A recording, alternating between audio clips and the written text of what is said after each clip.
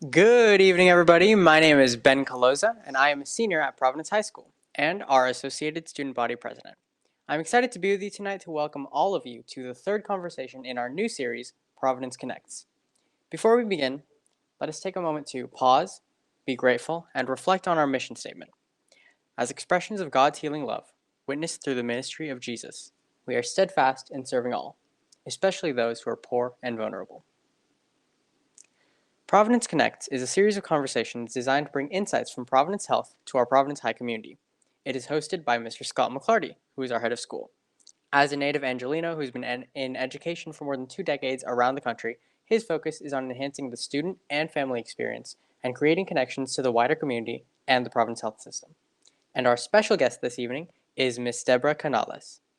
Ms. Canales serves as Executive Vice President and Chief Administrative Officer for Providence, one of the largest health systems in the U.S.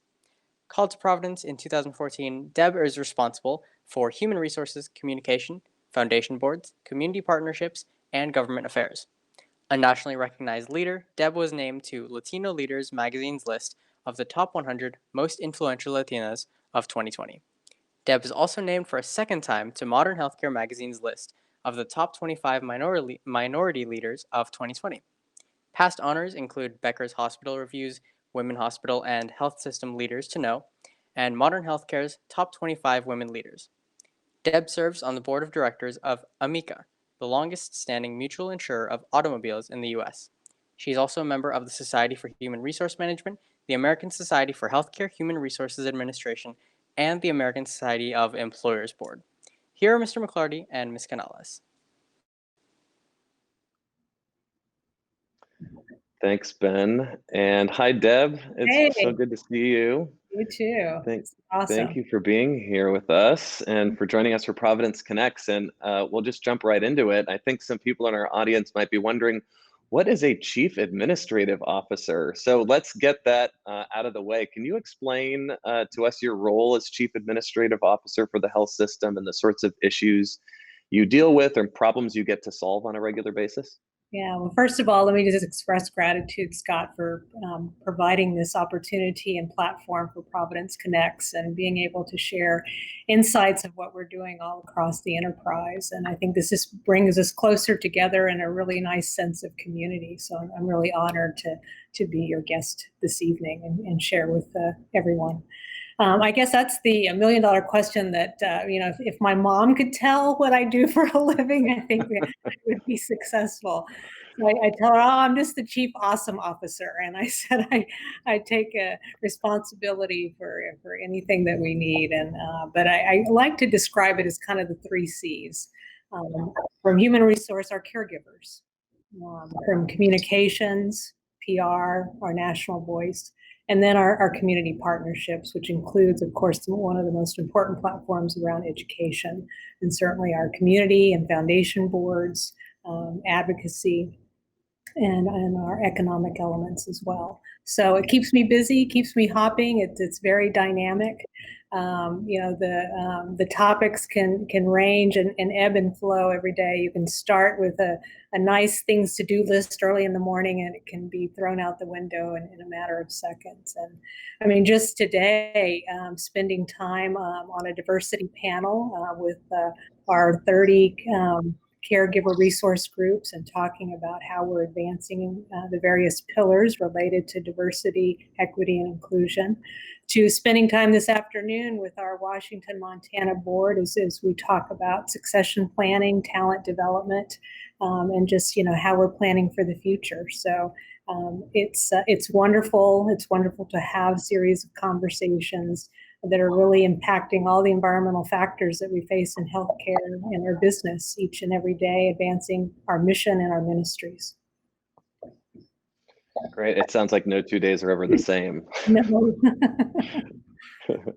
That keeps you on your toes and keeps it exciting, I'm sure. Well, we heard in your bio and what Ben read and what you were just saying that part of what you oversee is community partnerships. And at the system, that includes education. And I'm curious as to how you see the connection between healthcare and education, both within the system, but also writ large. How are these two things connected?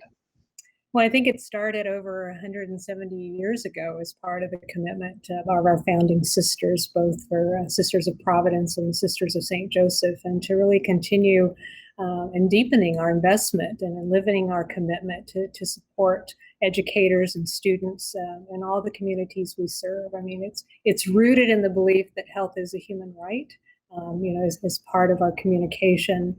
And it's a social determinant of health. And when we see the vision for health for a better world, we know that disparities in education are directly linked, and certainly those health challenges, and especially for the poor and the vulnerable. And that's why we spend a lot of time really evaluating our commitment, expanding our educational arm, and certainly grateful that we have the representation of a wonderful high school to really influence and shape the future of policy and systems and processes within our own organization, as well as broadening the development opportunities and programs all across.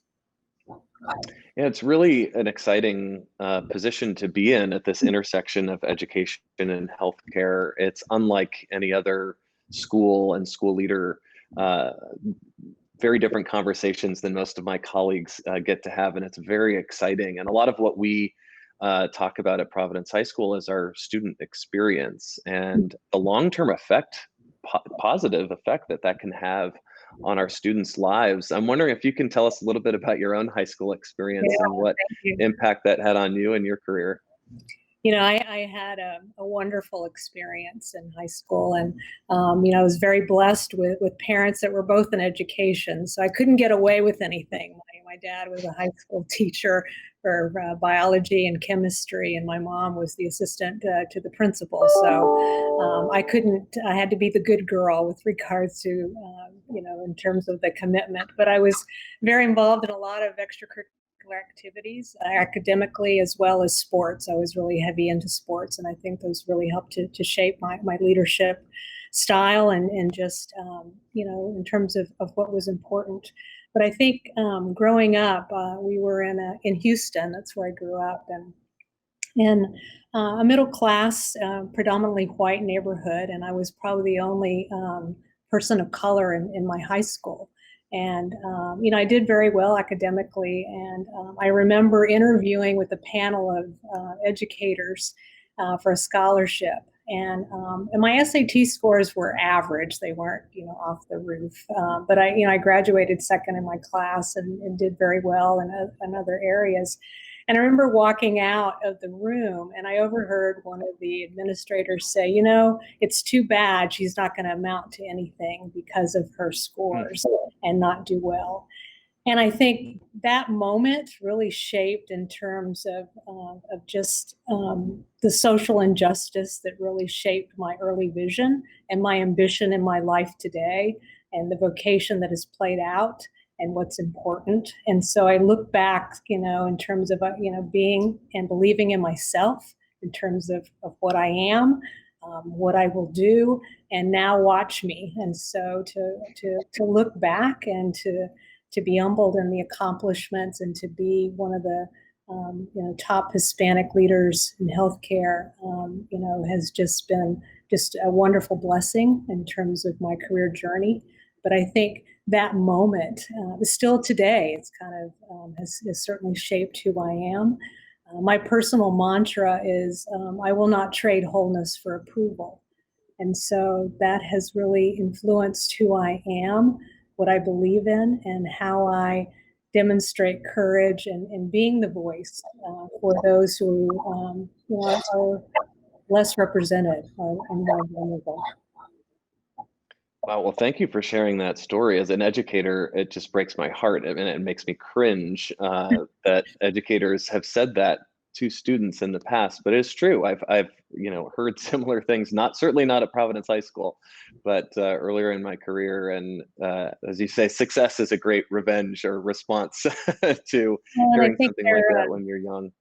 People come into your life for a reason, a season, or a lifetime. This person came at a time to teach me something, and so no regrets, and but certainly, shaping in terms of my commitment with regards to social injustice. Yeah, and I know that you bring that commitment to every aspect of your job, and a big part of your job is human resources, as we heard. And we're talking about what, about 120,000 employees across 7 states in the system, maybe a little less. And so your responsibilities include ultimately recruitment and hiring and development of a really large modern workforce. And for decades, prior to the pandemic, our economy's been changing quite rapidly. It's changing even more rapidly now. The pace is mind-boggling. And I know that there's a lot of anxiety among our students, our families, some of whom are out of work. Some of our students they're thinking about college. We have alumni, young alums who are in college and getting ready to head into the workforce. What advice would you give job seekers these days, whether they're, our seniors who are heading off to college and already worried about jobs, or young alums, or even some of our parents? It's a great question, Scott. And, the pace of the technological changes and just digitization and globalization keep accelerating. We talk about the half-life of skills and creating a real, I think we're getting some background, in terms of just the skills that you possess today are not necessarily going to be the skills that you're going to need tomorrow.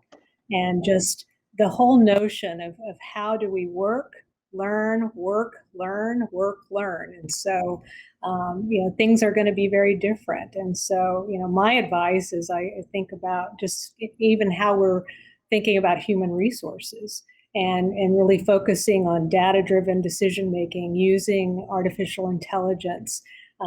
How do we store information? How do we create more transparency? How do we focus on skills inventory versus maybe, certifications, but being very relevant. So, being a gap filler. So when you see opportunities, volunteering for those opportunities, even if you don't know what they are, but, and having that spirit of curiosity, to continue to be a lifelong learner. And even beyond problem solving, be a problem seeker. What are the problems out there that you can address, that you can go after, that you can help contribute and be part of the solution? That's really interesting. Problem seeking, problem finding, being a lifelong learner. It's often, those are skills that schools talk about, that HR managers and directors talk about, but they're often relegated to the sort of soft skills category. But in some ways, I feel like they're just becoming more and more important. What other skills do you think are often undervalued in employees and even employers, when there's often this emphasis on technical skill? Yeah, I think it's the both and. It's having the technical elements, but it's also having the emotional elements. And so it's not only what we do, but how we do it. And so, I was listening the other day to a podcast by Simon Sinek, and in terms of the shift that we're going to see in leadership. And the interviewer asked him, what do you see rising to the top, or what do you want to see different? And in terms of what's important, especially during this pandemic, and the influence in work and the work environment. And his feedback was about two elements: being courageous as a leader, and charisma. And I thought those were two great words as part of, not only being calculated and taking a step out and creating that followership for what is right, not only what's smart, but what's right, but then how you do it, and engaging people around you as part of that followership. That as a leader, I don't have to have all the answers. How do I cultivate those answers through conversations, through doing a platform like this as part of connecting and creating a better sense? I mean, one of the things I also try to give people advice is, how do you create your own personal board of directors and your own personal network?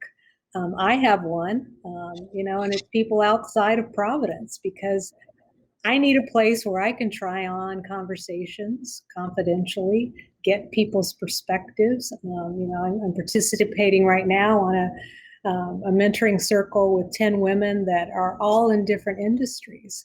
But to be able to explore and step out of my comfort and my wheelhouse to explore, but also to give back too, and to share my own lived experiences. And I think the pandemic has created an opportunity for us not only to focus on the technical elements, but socialization.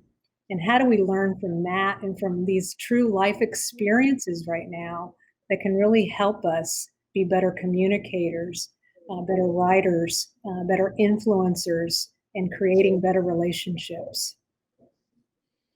Definitely.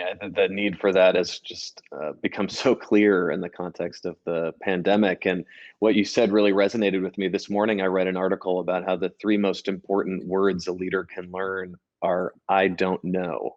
And that, so if you add, if humility might be the birthplace of that courage and charisma that you were talking about earlier, and the ability to bring people together to, like you said, seek problems and then solve them. And speaking of problems, I think we all are aware that the country, let alone the system or the high school, face some challenges in the months and years ahead. And we know that across the country and in recent months, there's been a resurgence of the Black Lives Matter movement, the beginning of a new kind of reckoning with racial injustice in our country. And in education, DEI work that we call ESJ, equity and social justice, is finally being seen as a necessity rather than a nice to have. And can you talk a little bit about why you think, in the context of DEI work at the system, representation matters, especially representation of women, as well as Black, Indigenous, and people of color across organizations, and why a large organization like Providence would want to prioritize representation? Yeah, it's something that I've been very committed to, since I've been with Providence now going on almost 7 years. And it was one of the first things that I even evaluated as part of the commitment and my consideration coming to Providence. Diversity begets diversity. And I think, that was one of the key focuses when I partnered with my boss, our president and CEO, Rod Hochman, who I know you've done and attended one of the first Providence Connect sessions, and just that commitment to our people is our number one pillar for our strategic plan. And it continues today as part of CORE to really create a diverse workforce that reflects our communities in which we serve, and that our associates continue to have that sense of belonging and inclusion as part of their development and continuing to carry out the mission. It also shows up in our communities as part of being a better health partner and looking to reduce health disparities and for the poor and the vulnerable population, ensuring equity by addressing those systematic racism, but putting those words in our strategic plan. So not only seeing the words, but living it. And then, as part of how we transform the future, that voice. So we're constantly sharing that voice actively and amplifying that voice as part of everything that we do to really improve health for all. And so it just makes good business sense as part of ensuring that you have an integrated approach. And my hope is that, we wouldn't need a specific department for diversity, equity, and inclusion. This becomes tied to our values. It becomes who we are and how we act and how we extend and live in our mission and vision and values every day. We're not there yet. And so, putting attention, putting collaborative groups together, a governance structure in place to really continue to cultivate that diversity and as part of our culture. Yeah, I agree. We're definitely, no one's there yet, right? I don't know of an institution that's truly there yet, and we all have a lot of work to do. And I think it's really interesting that you sort of hinted at a minute ago that there's not just a moral and social case to be made for diversity in the workplace, but really a business case. Can you talk about that, so that we all know that there are some bottom line considerations as well. Diverse workforces tend to outperform monolithic diverse forces or workforces. Yeah, so women and to your intention in terms of Black, Indigenous, people of color, there are statistics out there that is part of the leadership makeup of an organization. If it's in terms of mirroring that, I think the profitability is 30% greater than those organizations that don't in terms of their performance in all arenas. So there are hard numbers with regards to that, and I think. We have to break down those barriers to attract people of color and to nurture a culture of belonging and inclusivity, which gets back to my statement of diversity begets diversity, and really ensuring that you integrate this work into all performance systems. But it's not just changing behavior.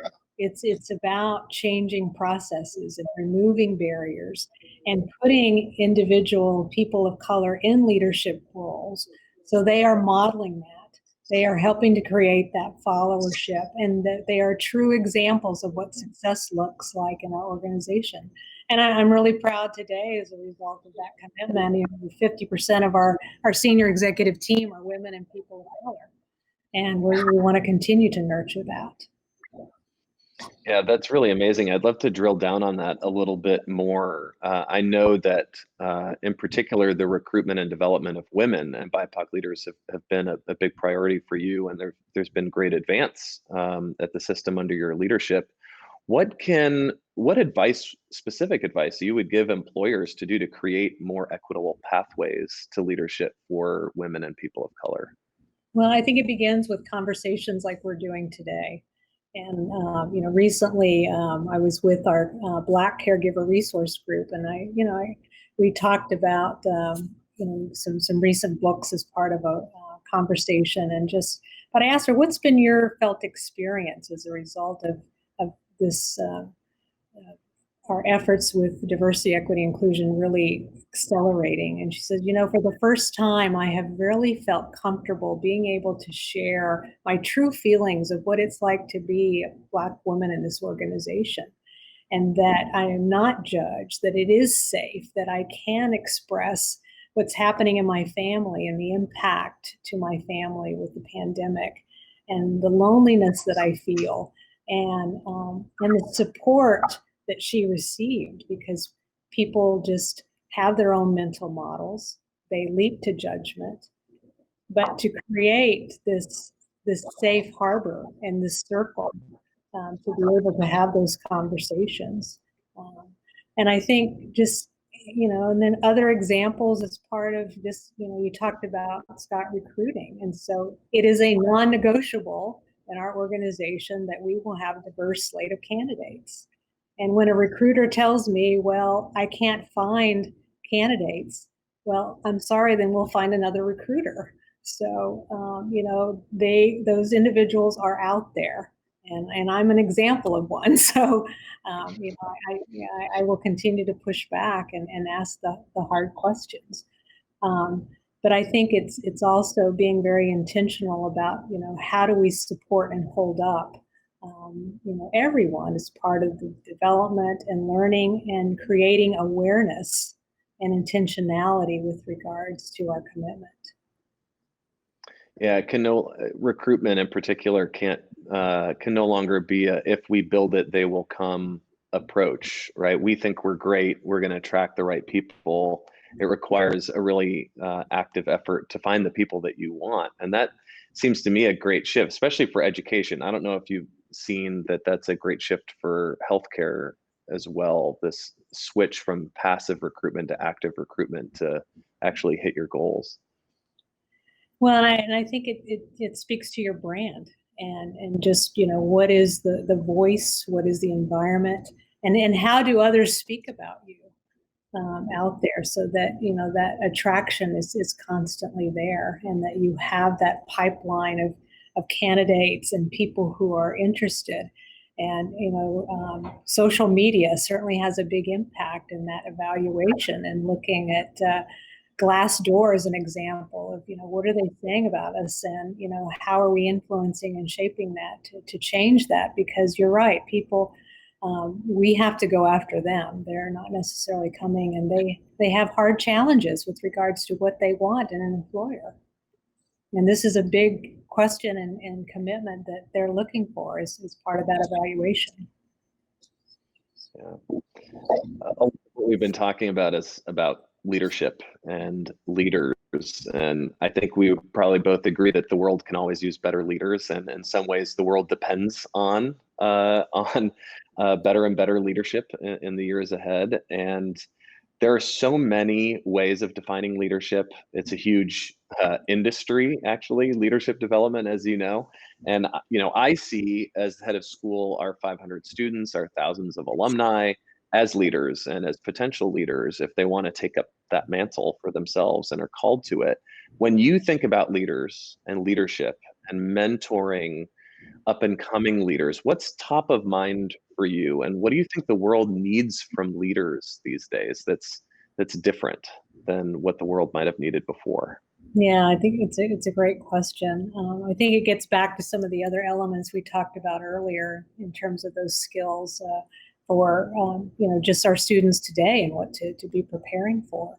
And I think it continues to focus on the curiosity and the commitment to be open and have a growth mindset and that lifelong learning interest. It's also about self-awareness and regulation. And so I come across a lot of leaders who have a real self-inflated evaluation of themselves. And how do we help people really get grounded in what they're good at and their gifts, and what are those potential opportunities where they can be more effective? Because a great leader creates followership. Organizations are shadows of their leaders. And so how do I cascade that element that it is safe, that I can be transparent, that I can, make a mistake and know that it's safe to do that? Because as we talked earlier about problem seeking, not just solving, but seeking those things out and being proactive about what's coming, and how do you anticipate that and go after it and being able to make an impact. I think another element in terms of grounding leaders and what's unique and different is just even spiritual practices and meditation.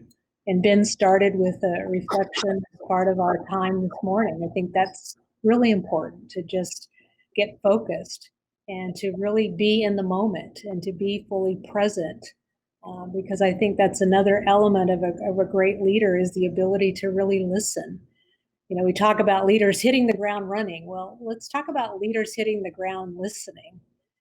It's no surprise that the same letters exist in the word listen and the word silent.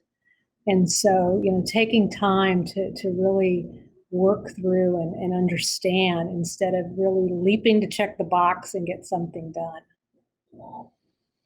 Yeah, I agree. That was a wonderful sort of exposition on leadership, and I found myself listening to you and thinking, I am so blessed. We're so blessed to be in an organization full of so many people, so many leaders who exemplify what you're talking about. And I don't know about you, not all of my jobs have featured leadership of the type that you've been talking about. And I wonder, why do you think there are so many leaders who would rather hear their own voice than listen, would feel like they always have to have the right answer rather than building consensus and learning from the people around them? What do you think we could do differently to change that and to make the type of leadership you're talking about more likely in institutions? Yeah, so it's a big unfreeze of behavior that you have to do, and I think it's about again having a belief in yourself and being really self-confident that I can express my vulnerability and know that it's safe, and that I'm not an imposter with regards to who I am, and people are going to figure me out. But I think the old story of leadership has been one of control. It has been one of, I have to be right. Performance is everything. I mean, I worked in Fortune 50 companies. I worked for Pepsi. I worked for Macy's. I worked for HP, and it was hard. I mean, there was a phrase with regards to just constant push on development, and that you're only as good as your last presentation. And so it was very stressful, but there wasn't where I feel today, and certainly in our environment, in our culture, hopefully, that people feel that it is safe, that I can take a risk, I can fail, and it's okay. I want to learn from that. And we're not there yet, but I think we're making really good progress. But I think we have to unfreeze a lot of that old way of evaluation. And I mean, even I'm open for just even getting rid of evaluation so that we focus on people's strengths. It's Ben Zander, the former orchestra conductor for the Boston Harmonic, would start his classes with everyone gets an A. And it's your job throughout the semester to keep that A. And so if we eliminate that stress, I mean, it's my own personal experience of the SAT scores, and just, I could have ended up very differently, but I didn't let that. And I think, again, that belief in who I am and what I can do, and here I go. So. Yeah, that's a great reference to Ben Zander. I actually have his book, but I haven't read it yet. But the documentary about his approach is phenomenal. I got to meet him. He's amazing. Wow. Yeah, he came and did a session for our leadership team. It was just amazing. So dynamic, so much energy he has. And life is the same way. They're great facilitators. Yeah, it really makes me wonder about the role that schools like Providence should be playing in this unfreezing, as you put it, and this sense of, school traditionally understood was all about helping students and telling students that there is one right answer that they need to find, and that the point of school was to find the answer, right? Yeah, and right. Teachers were the answer givers when students couldn't figure out on their own. And switching that dynamic in schools that are so influential for thought patterns that we grow up with and then we take into the workforce, I think will be really interesting. It's something we're definitely thinking about at Providence, how we can disrupt that process itself in how school happens. I think we have a great. Yeah, I think that's wonderful to transcend that, Scott. I'm excited to hear that, because I think, well-being and really emphasizing that, and this, that whole human connection that we've experienced through this pandemic.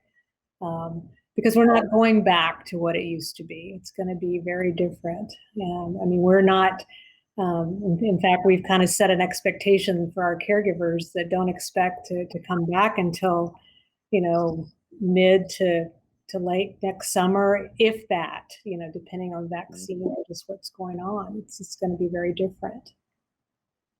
Definitely. And we have a great follow-up question from a parent that was submitted based on the last part of our conversation. What advice would you give parents who want to help their students be a great leader? And what should a parent do to encourage leadership?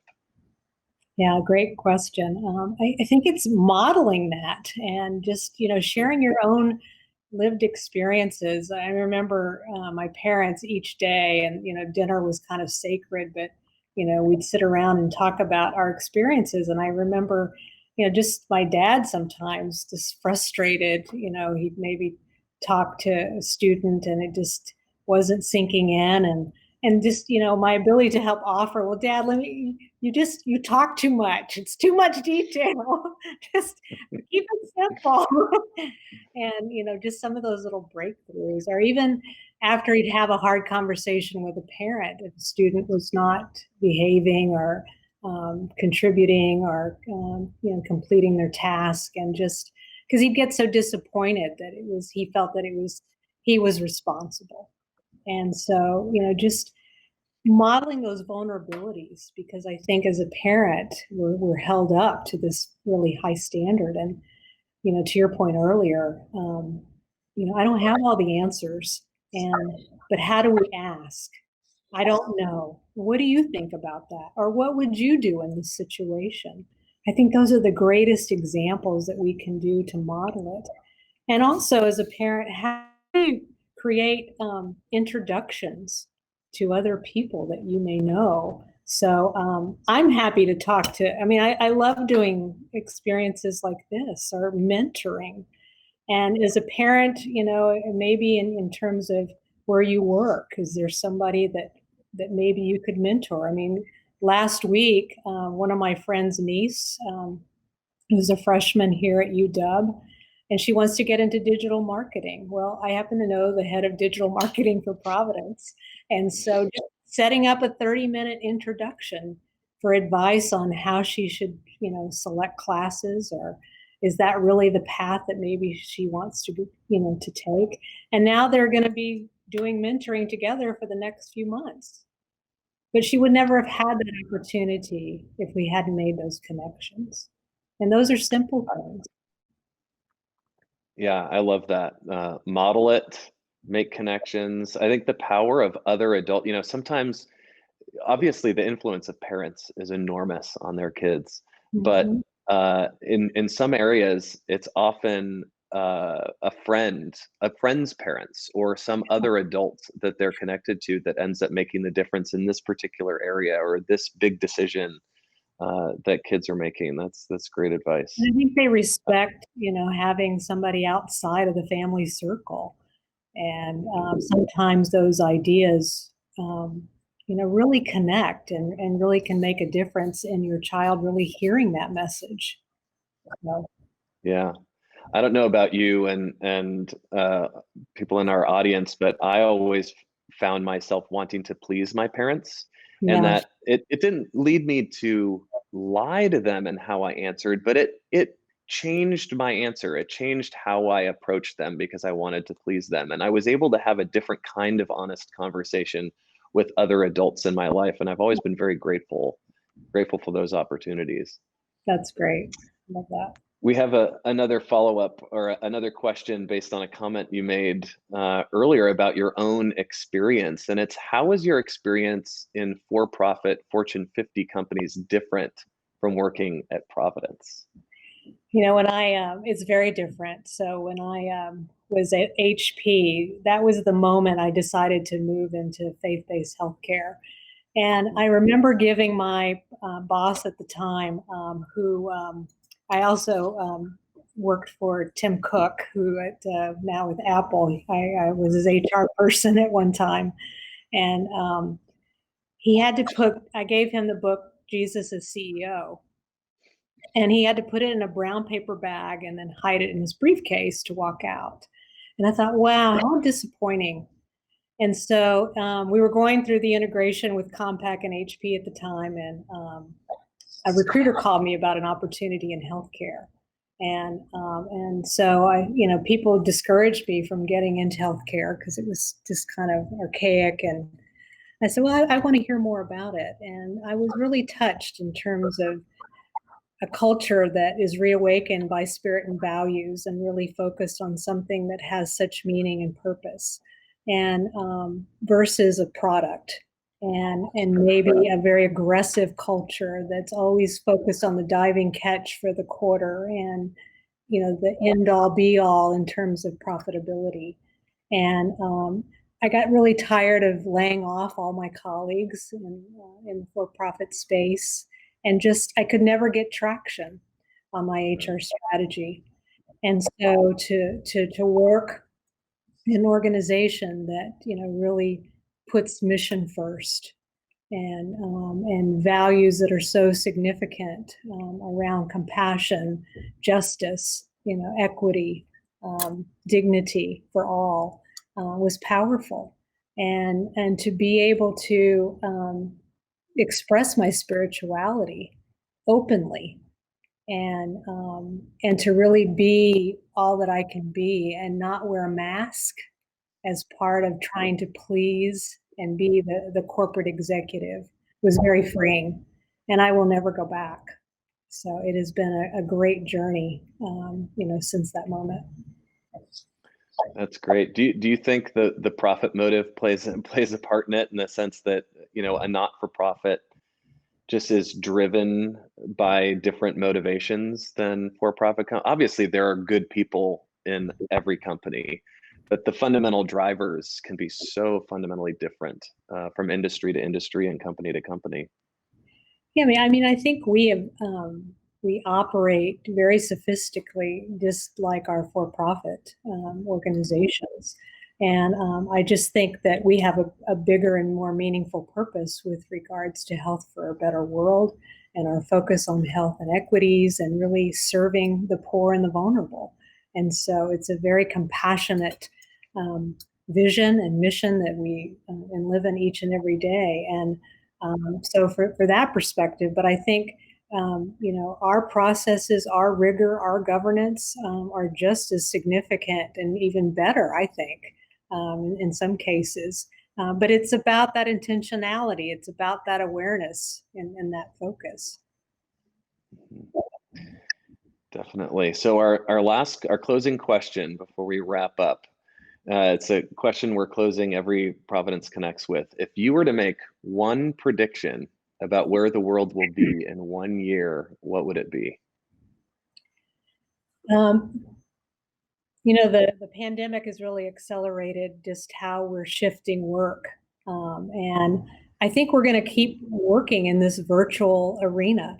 I think, it has really transcended the need for maybe more global supply chain, maybe looking at, we don't need the real estate that we do. So I think in the future, selling off a lot of our office space and thinking about how do we operate in different virtual perspectives, and really, providing all that we serve with more virtual ways of how they engage with our health system, and looking at new lines of business and new ways to continue to foster that enduring relationship that we want, but using technology in a very different, very healing. It's I call it inspirational technology as part of how we will operate, that will really help us serve not only the patients, but also our caregivers. Well, Deb, I look forward to an era of inspirational technology coming up as we continue to experience this transition to a brave new world that we're all in the midst of right now. That was our last question. Thank you so much, Deb. I had a great time talking with you. Likewise. And thank you to everyone for joining us for this episode of Providence Connects. Thanks to Deb for spending her time with us and sharing her insights. Before we sign off, especially for our students and families, I ask that you consider what you heard in this conversation and have a conversation about it after you power down your screens. Whether alone or with your family, think about what connected with you, what resonated most as you listened. What will you carry with you into your endeavors tomorrow and the days ahead?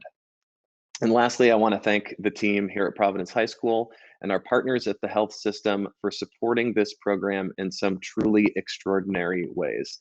You can watch the recording of this episode and all of our future Providence Connects programming at providencehigh.org/providence-connects. Thank you, stay safe, and go Pioneers.